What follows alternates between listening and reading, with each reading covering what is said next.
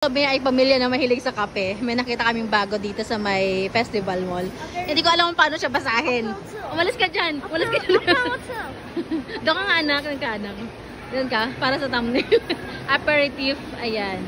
So hindi namin alam kung ito ay ano, kung anong meron sa kanila. So let's find out. Ang ganda ng ano no. Ang ganda ng kanyang interior design and ambience. Pang wedding. You know daddy no? For white roses. So, tingnan natin yung ano, menu nila. Wait lang. Messi cookie? Saan?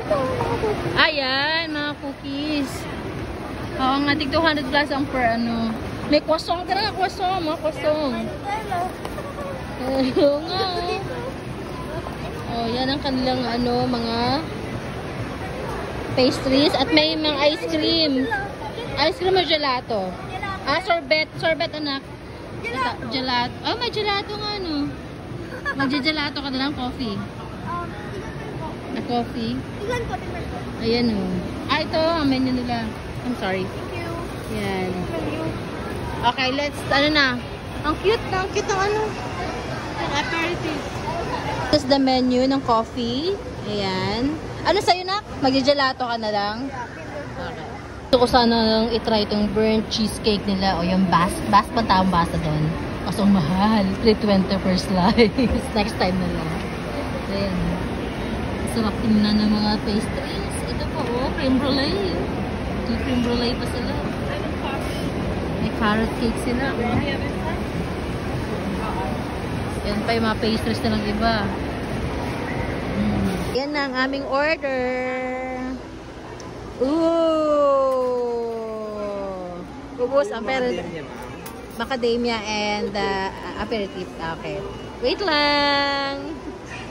And aming order yung gelato niya. Ay, ang cute ang gelato mo, anak ko! Don't touch ha! Pipicturean natin. And the cookie and the crookie. Mahalo yan! Hindi, mahalo to. May kawayan pang nilagay. Ang sarap siya. Ano mama? Kinakain to? Cookie yan eh! Pinipig. Totoo ka sabi panghalo? Hindi panghalo yan. Cookie? Sipon? Ha? Cinnamon. Cinnamon? Masarap. Cinnamon sticks na bread. Sarap, diba? So, how was your gelato? Patikim si Mami. Can I try the gelato? Ay, yung ano, Kinder, ayaw mo yan. Matamis. Well, tama.